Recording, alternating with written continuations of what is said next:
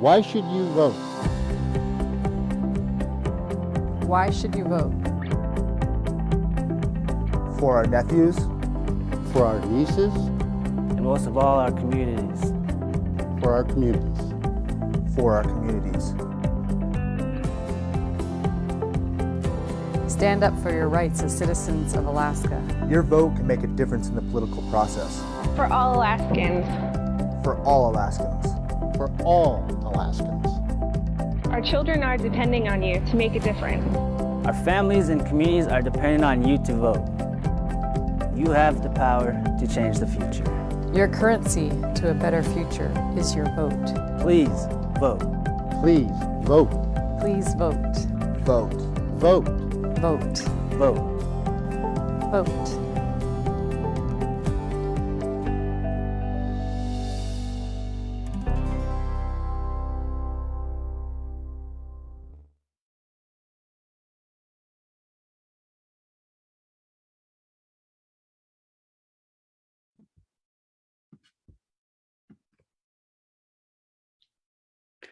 Hello, everybody, and welcome to See Alaska's special Zoom event regarding Alaska's elections coming up on August 16th.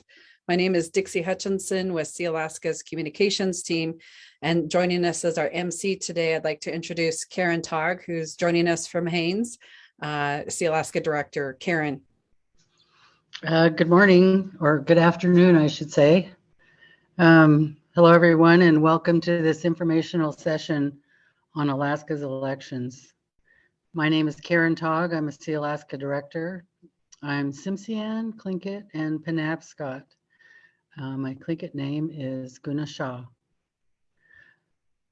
Joining today is Michelle, Spark, is the Executive Director for Get Out the Native Vote. Welcome, Michelle. She is beginning a new position with SIRI as this Get Out the Native Vote progresses this year. Also here with us is Jason Gren with Alaska's for Better Elections. Welcome, Michelle. Welcome, Jason. During our time together here today, Jason and Michelle will help us understand Alaska's special election, the Alaska's regular primary election, and they will also discuss ranked voting. It's a lot, and we're hoping that by having this webinar that you'll be able to understand the election process for Alaska just a little bit better. And thank you both for being here. Let's start a discussion with the special election for Don Young's seat. Jason, can you bring us up to speed about how did we get to this special election this year? Yeah, hi, good afternoon, everyone, and thanks for the opportunity to chat through this and answer questions and get everyone excited to vote again here very quickly. Hopefully you voted a few weeks ago in the special primary election that we had because of the unfortunate passing of Representative Don Young. It was a mail-in election, first time in Alaska's history that we did a very specific mail-in election. And overall, things went okay. I think there's obviously opportunities for changes and ways that all of us as Alaskans and different organizations can improve upon what happened during that election. And I know Michelle will probably speak a lot more about what happened and what can be done. But as we look forward to the general election that is happening in August, in the special election to replace Don Young, when you go vote in August, it'll be in person, and it will have two sides of a ballot. One side of the ballot will be a normal primary election, where every voter will pick just one person.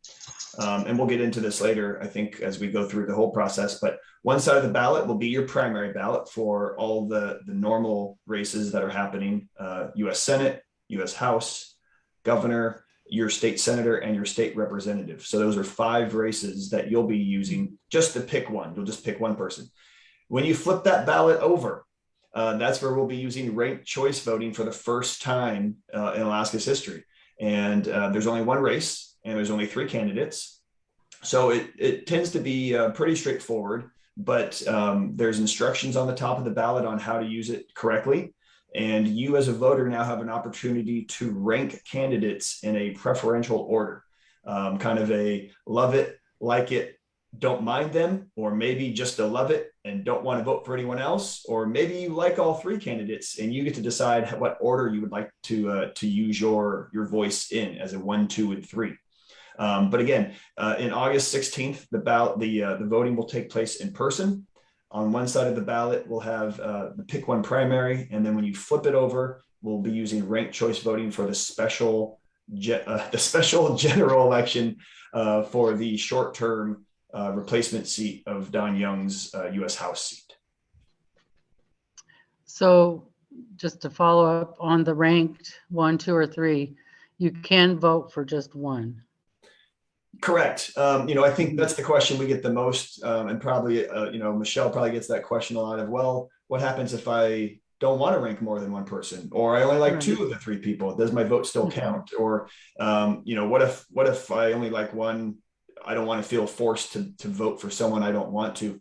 That's the beauty of ranked choice voting, is you really do get an opportunity to express yourself in a different way than you have as a voter. And you have a new power in a lot of ways, because you have a first choice vote and you have a second choice vote where you can use your ballot as a backup. If my number 1 choice doesn't make it, doesn't win, I have an opportunity to express my voice through that ballot of having a backup choice. And so if there is only one candidate on a ballot, even in this race or the ranked choice opportunities we have in November, if there's only one candidate that you really feel compelled that you want to support, that is 100% your right to do so. Your ballot still counts.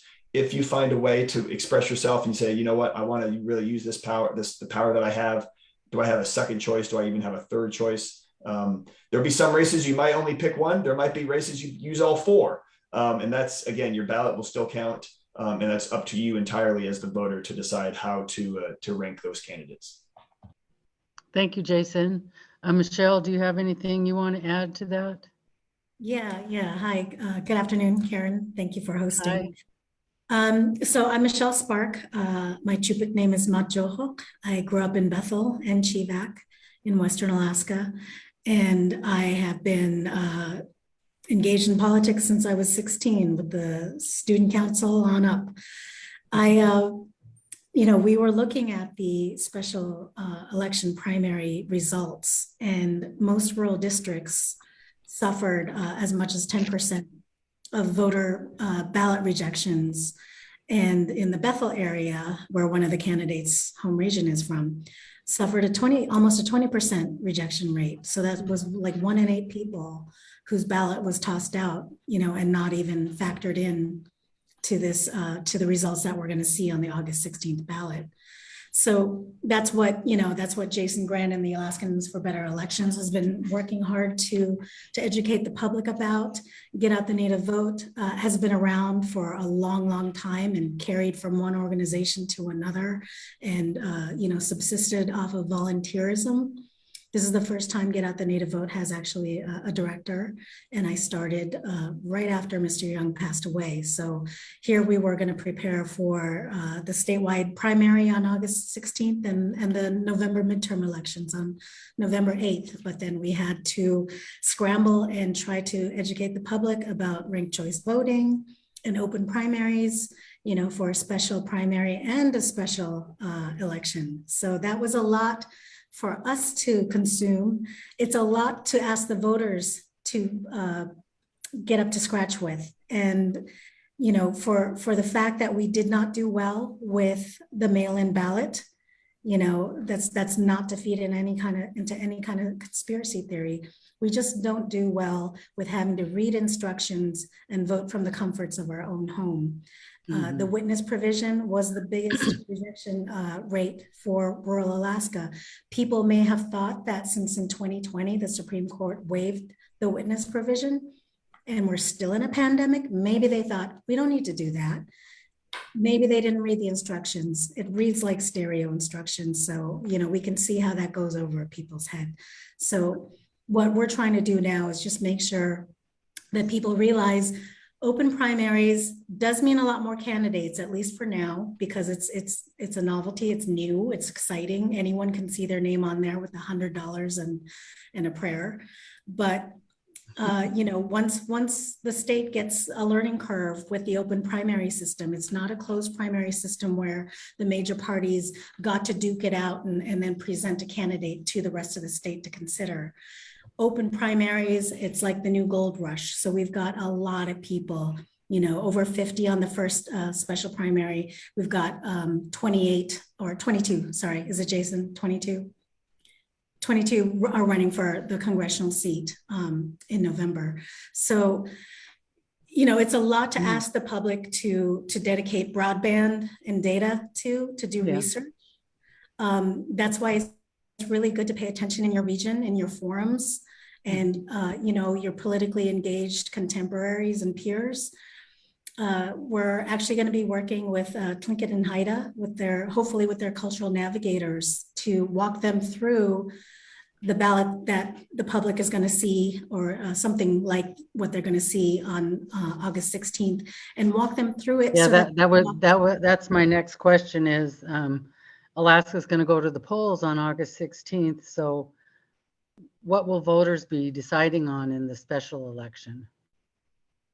Right, and that's to pick a congressperson to serve out Congressman Young's term.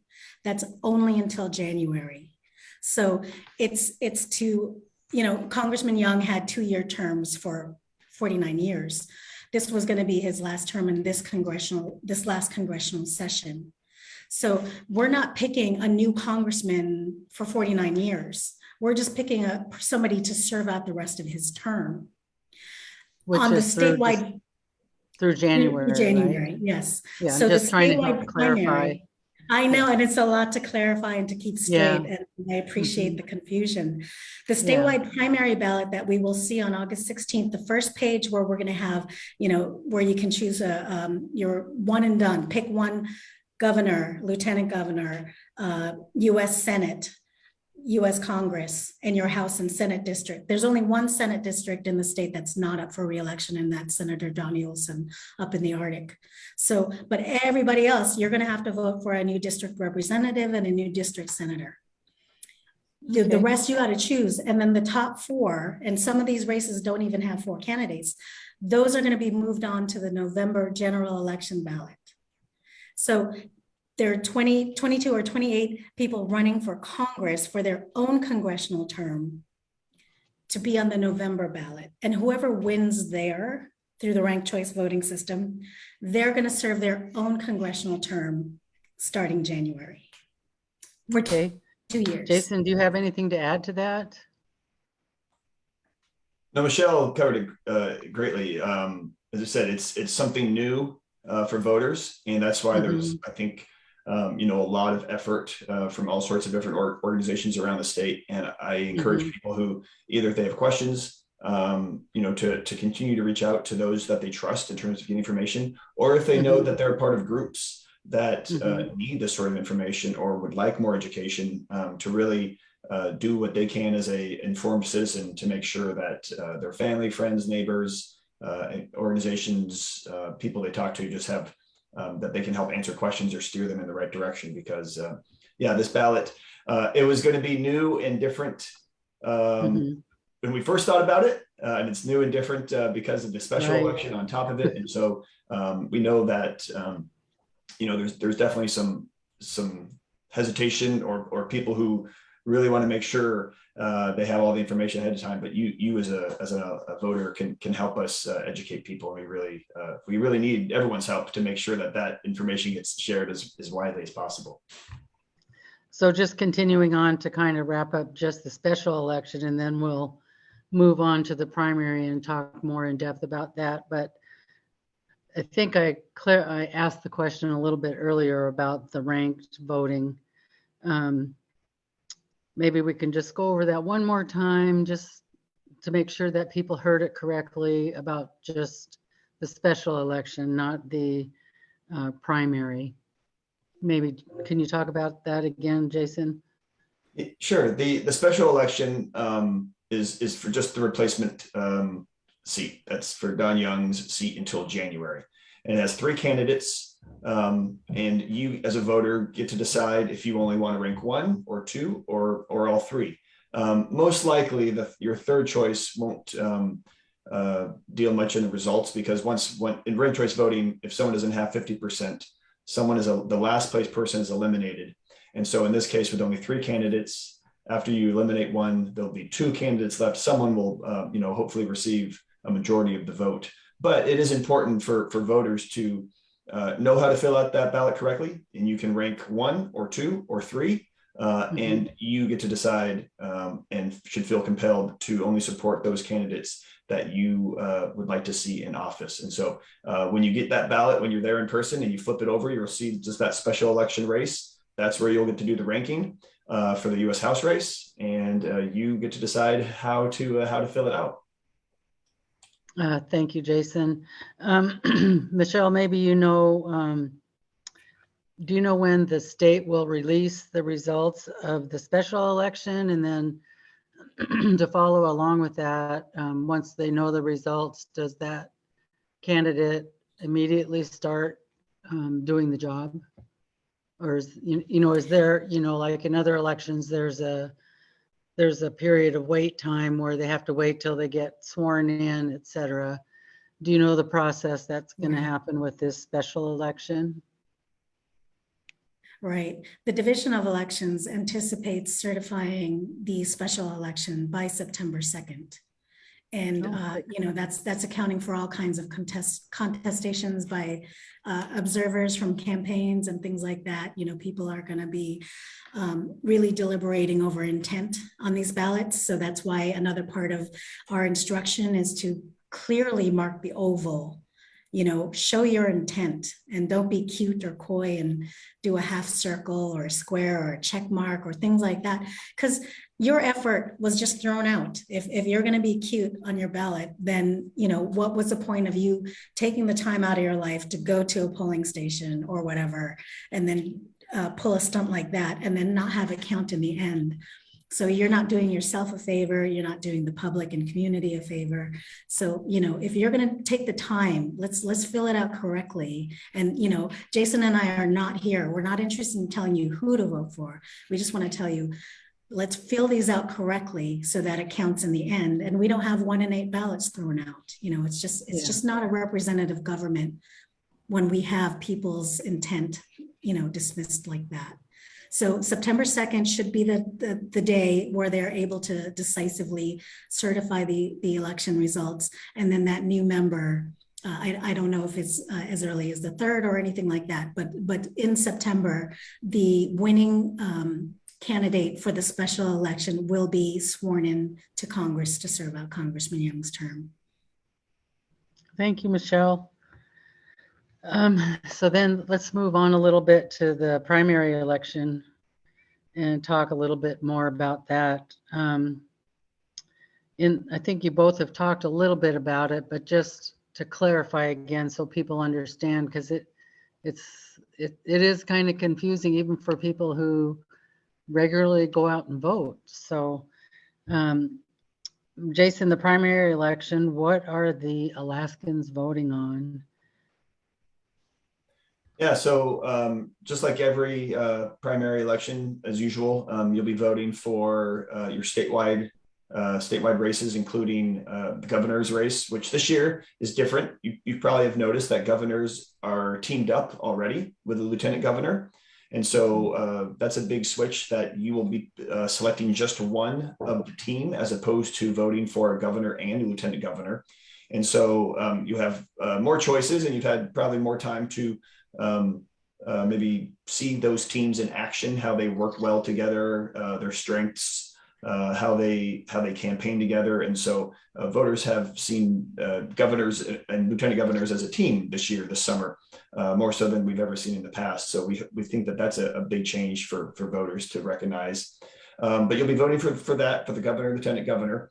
You'll be voting for U.S. Senate, the U.S. representative seat that will start next January, and then your state senator and state representative. And in years past, in any primary, it is a pick one. You would pick just one person in each of those races. What's different though with our new ballot is that candidates are all running together under the same umbrella of sorts, as opposed to you having to select a ballot. Let's say if you're a Democrat or a registered nonpartisan voter or even a Republican voter, when you showed up at the polls previously, the past 20 years or so, you were asked to what ballot you would like. That is no longer the case. Every Alaskan essentially will be receiving the same ballot based on where we live. So me and my neighbors will all have the same ballot, regardless of your party affiliation. Everyone will receive the same ballot. And that means we're all voting for the same people in terms of who our selections are. And so if you're a registered Republican, you can vote for a Democrat. If you're a Democrat, you can vote for a Republican now, or if you're a nonpartisan, you can vote for whoever you'd like. So everyone is that's why they call them open primaries. It's really, it opens up to everyone, all voters, it's open to everyone. And so you will pick just one person in the primary, just like you have in the past. And so there's a little bit more freedom in terms of who you can vote for. There's no restrictions on what ballot you have to pick. And that's why, as Michelle mentioned, there's more candidates, and you might see more candidates than maybe you're used to on a primary ballot. Maybe there was just one or two previously. Now there might be 4, 5, or 6. And you get to pick whoever you would like. But again, in the primary race, you'll pick just one person of all those candidates, and you'll be voting for 5 different seats: governor, U.S. Senate, U.S. Representative, State Senate, and State House. And that'll be clearly labeled on the ballot. Okay. Yeah. I want to go back a little bit. I have a question from a viewer, and maybe Michelle, you could answer this. It says, please discuss why a voter should rank their choices on the special election ballot rather than voting for their single preferred candidate. And that's a fair question. If people are going to be resistant to change, we can understand that. You can always just stick to your primary candidate, but you should realize RCV is almost like an instant runoff. So if your candidate gets the lowest number of votes, they're going to be knocked out immediately. Your voice is done if you only voted for that one person. If you choose to engage in ranking, you're in that poll again, you're in that polling booth again, choosing between the next top highest numbered candidates. So even if you thought you didn't want this person as your representative or your senator or governor or whatever, you have a choice between these 2 other higher performing candidates. Well, which one would you rather have?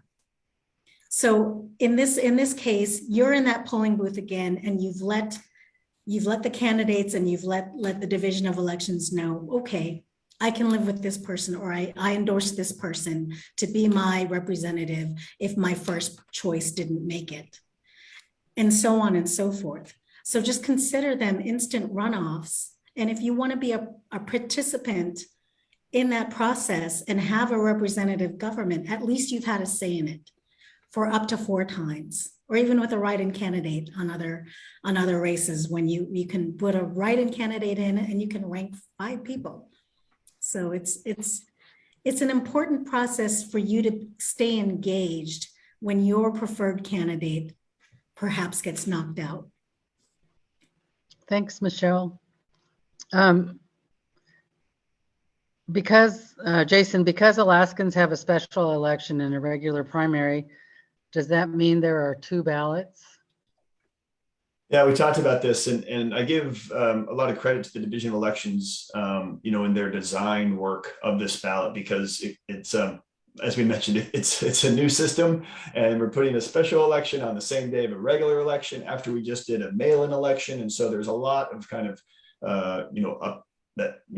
different things that are happening and confusion. And the ballots that the Division of Elections has designed, and you can actually look at these sample ballots through the Division of Elections website and find where you live. You can actually find the ballot that you'll be using. And I know a lot of people sometimes print those off to bring with them to the polling location, so they know how, what it looks like, or practice at home if they feel uncomfortable, or just to kind of review. And so we encourage people to definitely go to the Division of Elections website, find those sample ballots, and just become aware that this is a new ballot. And as luckily it does fit on one page. One side of the ballot, as I mentioned, one side of the paper will have just the primary elections, where you'll pick one of in each race, and then when you flip it, you flip that paper over, and it'll have the special election where you'll be using the ranking. And so it should be, instructions are on the top.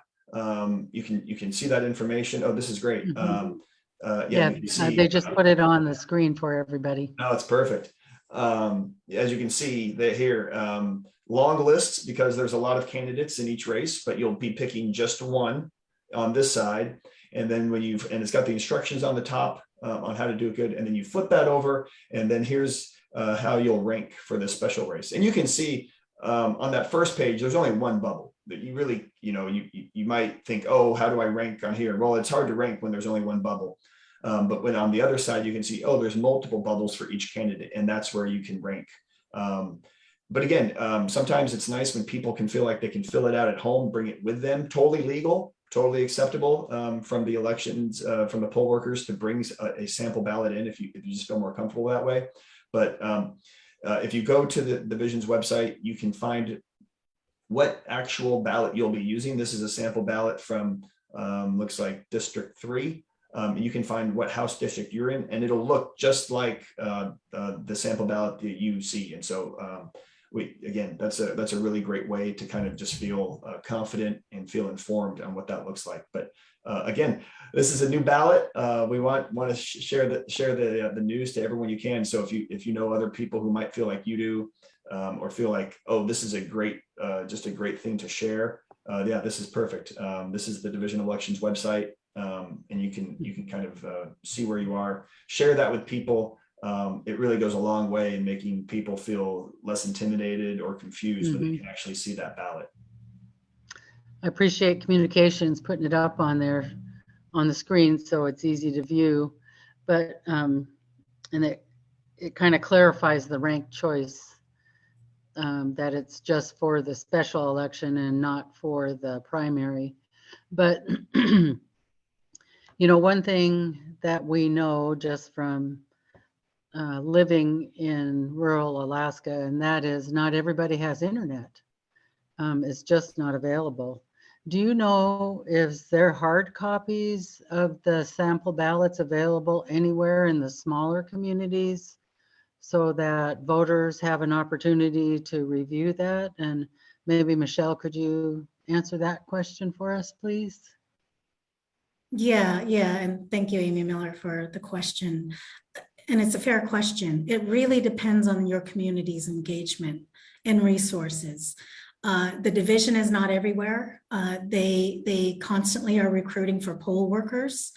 And, usually the traditional councils, a fire department, if there is one, a library, all these kind of places usually act as the polling station for that community.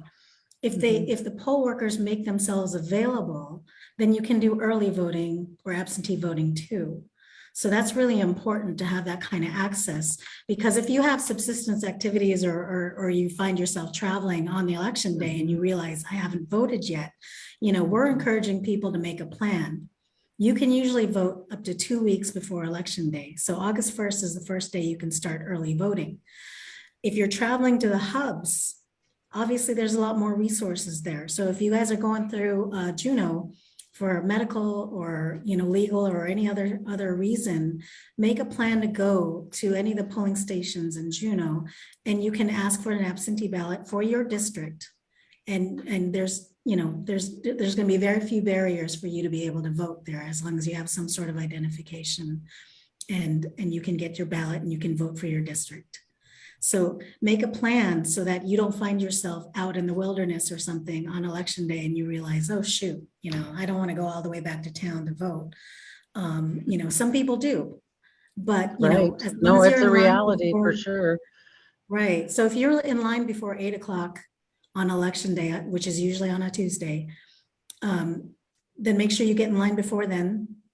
They can't kick you out if you're waiting in line.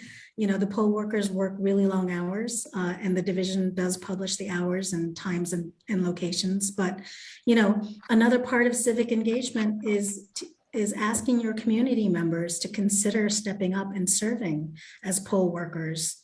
That's a big part of the machinery. And if they don't have poll workers, then your district or your community is dependent on an absentee ballot system by mail.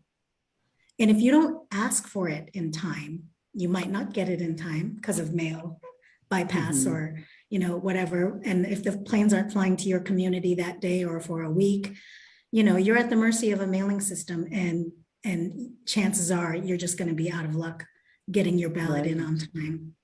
So, And that's again, another reality here in Alaska is the post office and the weather. right. So It's still a encouraging young reality. folks, you know, anyone 18 and older, they can apply and they can get trained and they can become a poll worker in their community. And, you know, it may not seem like leadership, but to be civically engaged in your community, it's for the welfare of your community and a representative government. To me, that's leadership. And I think it's wonderful that people have dedicated years or decades to that kind of service. And it's kind of an unsung, you know, hero thing. You know, young people can get involved and they can become poll workers, or they can become advocates, or they can just do voter education. So August 16th is now less than a month away. Let's talk about how Alaskans can vote, and you've already opened that discussion, Michelle.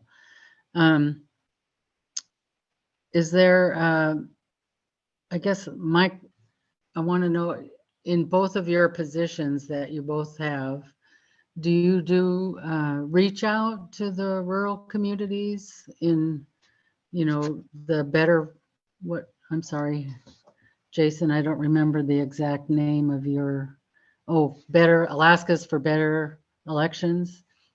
Do you reach out to smaller communities, and do you try to recruit for younger people to be poll workers? And then I guess the same question for Michelle. Do you try to reach out to the smaller communities throughout Alaska and try to recruit for younger poll workers? And I'll go Jason first and then Michelle. Yeah, it's a great question. We are trying, just like so many organizations and places, limited resources and limited staff time and such. We've been to a lot of the, more major population centers in Alaska. We've been to Juneau, we've been to Haines, we've been to Kenai and Fairbanks, Kodiak. We're trying to get out. We're actually putting together a plan to get out to some more rural, more off the road system areas in those communities. One, because we saw really the importance of how far education can go and needs to go during the June special election, knowing that the more information we can provide people, sometimes in a face-to-face or in a community event type of gathering, it goes a long way in helping people just understand and feel very comfortable in this new system. And so we want to, like I said, we're putting together a plan now, but we have a lot of great partners that we work with, including Michelle and others, to kind of meet people where they are, to get people, to use the resources that are in communities and the connections that people have already, to really just spread the word out. And so if there's a community that, hey, we'd love to have some resources, some printed materials, or have a presentation or have a community event. Every time we're on a call with people or doing things like this, we always encourage people, please reach out to us and say, hey, I live here. We need information. Everyone I talk to is still confused or wants to have more, more information. We're happy to do the best we can to get information or talk to leaders or people to get the word out, or even start planning events. We know that especially post this August 16th election, is kind of, we sprint towards that finish line. There's a lot of work that needs to be done. And so we want to work with whoever is willing to kind of help spread the word. And so through Michelle or through me, I'm confident we can make things happen if people have needs or have a desire for more information. Thank you, Jason. Michelle? Karen, I was trying to mention earlier that I have in my new position, had done a lot of outreach in the beginning just to inform the public and especially Native organizations that I was the new director of Get Out the Native Vote. So a lot of it landed well, and I got a lot of responses then.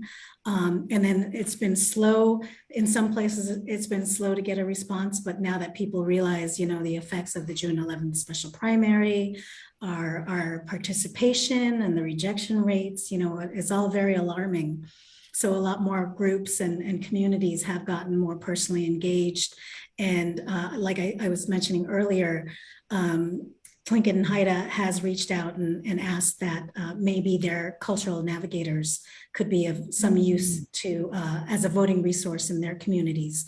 So I know I'm looking at some questions here, and I see that some people are asking for hard copies of the sample ballots. So hopefully if we get something in place like that, we will, or even Alaskans for Better Elections are happy to send out materials to the cultural navigators, and hopefully we will have contacts, people and sites in each Southeast community so that your membership can have access to those kind of things. Because again, we are very mindful of broadband and data issues out in the world, and we want things to be accessible. We want you to be comfortable and well informed before you go through the ballot process, because again, we want it to count in the end. Thank you, Michelle. There was another question in the from another shareholder. If you only rank one or two candidates, how are the unranked candidates treated during the runoff process? Jason? Yeah, I think I understand that. If there's 4 candidates in your, let's say your state Senate race, and you only rank 2 of them, at no time do you have a vote towards them. Even if your candidate is eliminated, if you don't rank someone, your ballot never helps them. And it's not like if I don't rank Michelle, but Michelle ends up winning, I did not contribute at all to her winning. Or if I don't give her a second or third choice, your ballot is your ballot. Your votes stay with your ballot. No one receives your support unless you fill in a bubble for them. And so in this case that we're looking at here for the U.S. representative race, if you vote for Mary and vote for Nick, that's the only people who will ever receive your support from your ballot. Sarah Palin would never get any sort of like a third choice. If you don't rank them, they don't get anything from your ballot at all. So no, when they count for, in your example that you just gave, Sarah Palin would get 0. Correct. And it's important to remember, if whoever you rank first, your vote stays with them unless they are eliminated in ranked choice voting. Unless they're eliminated. Yeah, okay. so if, again, in this example, if I ranked Mary Patola first, and then Sarah is eliminated, and then Nick and Mary are still there, only your first choice right now is counted. But if, let's say, your first choice is Mary, and Mary is eliminated because no one received 50%, it goes to your second choice, and so it stays with your ballot with that person as long as they're still a candidate who's not eliminated. Thank you, Jason.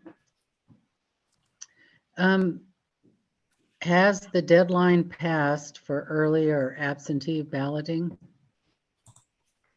to participate in the August 16th election? The registration date for The registration date the has? deadline to register to vote, and there's very little gaps for who falls in that gap of not being registered to vote. If someone happened to turn 18 since June and now, then technically they're eligible to register to vote if they're not automatically enrolled through the Permanent Fund Dividend Program or the state license or state ID program. So luckily for Jason and I, we don't have to do voter registration drives because of the state laws that are actually very, very helpful in this case. It's not helpful if people just rely on a tribal ID, unfortunately. So they don't get engaged in the state process and they don't get registered to vote if people just go by tribal ID in their lives. There's nothing wrong with that. But again, you have to go through a little bit of extra steps to become a registered voter. So the deadline was Sunday to make sure that your registration was up to date or that you had to register to vote. So unfortunately, if neither of those boxes are checked, then maybe you don't have an opportunity to vote in August. Okay. What about early or absentee ballots? You can request that. Jason, is it the first or can you start doing it now? I think it's the first. Okay. Yeah. So as early as the first, you can request to the division an absentee ballot. You can vote by fax. You can even vote by electronic mail. And a lot of this is available online, but you do have to sift through a lot of information. And also you have to have access to a fax machine or a laptop or a printer. And you also lose a degree of privacy when you have to do those kind of things. The most private way is voting from home, with the absentee ballot or a vote by mail, or in the polling, tent or the curtain yourself. But I also did want to point out that people with special needs, the people who can't physically get safely to the polling station, they can have a special representative designated to go pick up their ballot from them on election day, bring it to their home. They can fill out their ballot and that special representative can bring it back to the polling station. And that person has contributed to the voting process that day. I'm going to put it in the link here. Okay, good. Yeah, but I was just going to ask, how does somebody go along about doing that? Right.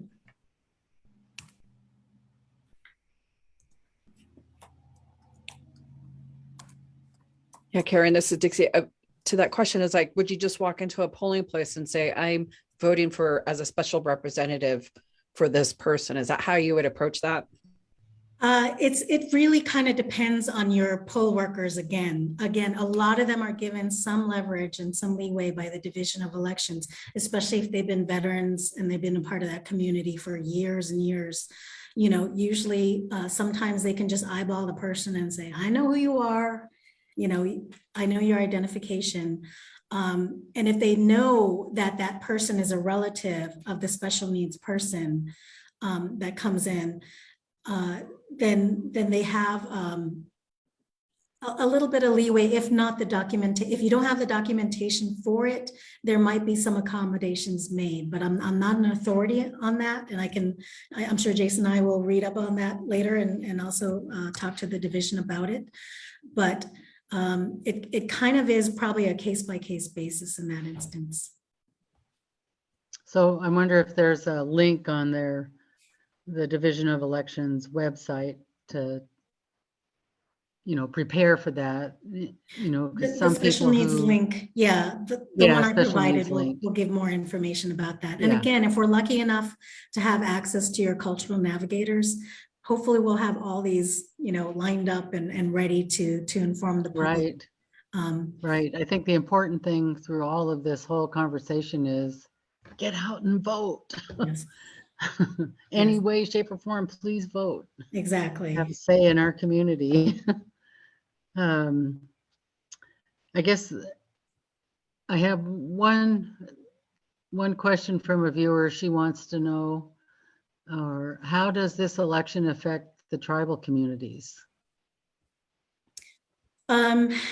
Without knowing exactly what she means by that, I'm going to say that a lot of your tribal organizations, the nonprofits, provide social services to your communities, and they may be broken up to one only does medical and certain social services, and the other one does LIHEAP, energy assistance, or job corps, or work training, things like that. Everything that we vote for ends up affecting village life in the most meaningful ways. So there are times now where the legislature is playing with the LIHEAP formulation. And, that's the kind of thing that we kind of hold sacred. It's like, this is the baseline. This is what we need every year to get energy assistance to our elders and, our vulnerable in our communities. Don't play with that. And the only way to ensure that they don't play with that is that you guys do your part to elect people that wouldn't play with that kind of formulation. So when you ask if our vote for any kind of elected office affects tribal life, it does. Excuse me, thank you. And to find out about our candidates who are running, the place to get it is on the website. Is Division of Elections, do you know, going to send out a pamphlet statewide on the candidates that are in the primary election? Do you know? Jason, I know they decided not to do it for the special primary just because of the sheer number of candidates. Yeah. And I know that there are some organizations that are voluntarily providing voting guides on the candidates to the public, but they might only be in English. So I'm not sure, Jason, did you want to tackle that too? Yeah, our organization is teaming up with several other groups to put out a voter guide, but that won't be until October. But I know our goal also is to have it in several translations, have it in several languages and dialects. So, but again, from a resource standpoint, you know, it's costly, you know, to mail something out to every voter around the state. I don't believe the state will be doing one, again, just from a resource standpoint. And that's why, as you know, we're working with different groups to kind of combine things and make it happen, because we know it's important, especially, you know, part of the voter guide we're working on is the correct way how to use your ballot, obviously with the ranking, but it'll also have a candidate questionnaire. From candidates, at least we get questionnaires back from, but it won't be regional specific, it'll be statewide. So you can read about all the candidates in Anchorage and Fairbanks or wherever you live, including, you know, your own people in your own race. But there is something in motion now to have a voter guide sent out, but that'll be for the November election. Okay. I know for me personally, you know, you got the ballot and there's what, 52 people on there? You know, I'm sure that I'm not alone in looking at this list of people and not even knowing, you know, only knowing a fraction of them and not knowing who they are or what they represent and how they're actually going to represent the state.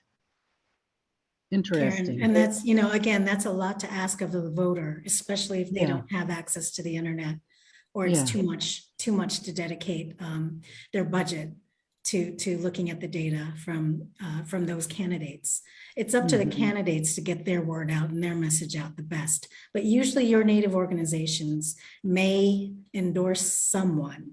So usually they've done the process of doing their homework and talking to the candidates and deciding where they think their interest lies, and they make the announcement to the public that we've endorsed so-and-so. So it's up to you to pay attention, you know, do your own research where and when you can. Facebook can actually be, you know, you have discussion groups and things like that. So it can make the process easy, but there's also a lot of disinformation out there too. So, you know, seek trusted sources, talk to trusted friends, talk to Native leadership in your community or in the region. And that's the best way to keep informed on how certain candidates can be best for your representation. Well, I just want to thank you both for being here today and talking about Alaska elections. It's so important for our communities and for our state. Once again, is Michelle Spark, the Executive Director of Get Out the Native Vote, a new position that Siri invested in, and Jason Grin with Alaska's for Better Elections. I just want to thank you both, and any closing comments that you would like to share today? Start with you, Michelle. Yeah, Karen, again, thanks for moderating this. This is a lot to cover, especially in an hour. You wouldn't think you need a whole hour, but no, it's gone by pretty quick, hasn't it? And it's very good questions from the community. So I'm grateful for the attention we've gotten from the panel. It's actually Cook Inlet Tribal Council that my offices are under. So, you know, okay. I'm grateful to them for the resources they provide me. And, you know, I'm a one-man show right now. So I'm hoping to build out. I'm working to hire a dozen community organizers right now before the August 16th election. And if that goes well, hopefully I can replicate the program and do it again and hire people in different communities before the midterms. So in respect to outreach, I was invited down to Celebration. I was really, really grateful to come and experience that. We're hoping in those kind of venues, we'll meet people from all over Southeast and not just Juneau. And, being visible and being loud and repetitive can get into people's psyches. So we're hoping that people end up, thinking more about Get Out the Native Vote as a trusted source. And I'm going to ask you to trust me, but I am doing as much outreach as I can with regional Native groups and local groups, and any group that has the desire to reach out to us, we work with them too. So it's not as if you have to have an official title or be a very important person for us to be responsive to. We are glad to work with anyone who's interested in their community and interested in their vote and want to encourage civic engagement among the public. There was a question, could you put in the chat the link to apply for the positions that you were For the referring community to? organizers, there Yeah. isn't a link, but I can again provide my email address. And, That's we perfect. advertised for 2 months through See Alaska for a youth fellow. And I beat the bushes too. I was really relying on my connections and relations down to try to identify, a returning college student or a recent high school grad to become a youth fellow to teach ranked choice voting in their community. 2 months we didn't get a bite, and so it's not as if we haven't tried, and maybe we're not doing it the right way. So we're happy to get engagement from the public on how best to reach you and how best to get these opportunities taken advantage of by people in your community. Thank you, Michelle. Jason, any closing comments today? Yeah, just to really encourage people, as I mentioned, being informed and feeling confident on how to fill out your ballot correctly is a great start. And when you feel confident and how, we just encourage people just to kind of spread that information and news to friends, family, coworkers, neighbors. Our website, AlaskansForBetterElections.com, has a resource page where people can download all sorts of different like sample ballots or rack cards or things that they can print out themselves, PowerPoints that kind of help explain things, just a number of different easy one-click type of downloads. If you have access to the internet or know of people who don't, that's a good place to go yourself or to send people to if they have questions. And the Division of Elections website has just a lot of FAQs and things like that, where again, an informed voter is a good voter, and that's where we need to start, knowing that we've got 2 really important elections coming up here in the next few months. So just encourage people to be informed as possible and share that information to everyone they know. Karen, I just Thank you, shared our Jason. website too, Get Out the Native Vote, and we're pretty up to date on Facebook. So if you like us on Facebook, you can usually find us saying deadline to register to vote is tomorrow, and then it's today, and you've got 2 hours left. So we try to keep on top of the hours for the public on Get Out the Native Vote on Facebook. And again, you can always reach me by email. Okay. Well, thank you both, and I appreciate your time today. And again, I'm happy for See Alaska to put this on and help with the overview of the August 16th election. Goodness geez, and we're going to sign off now. Brianna, Goodness geez. My name is Dominique. I'm 19 years old. I'm voting for my generation because I value our right to vote and uphold the rights our ancestors fought for. We were always afforded the right to vote, and we need to remember as young minds, the future is in our hands. Please vote.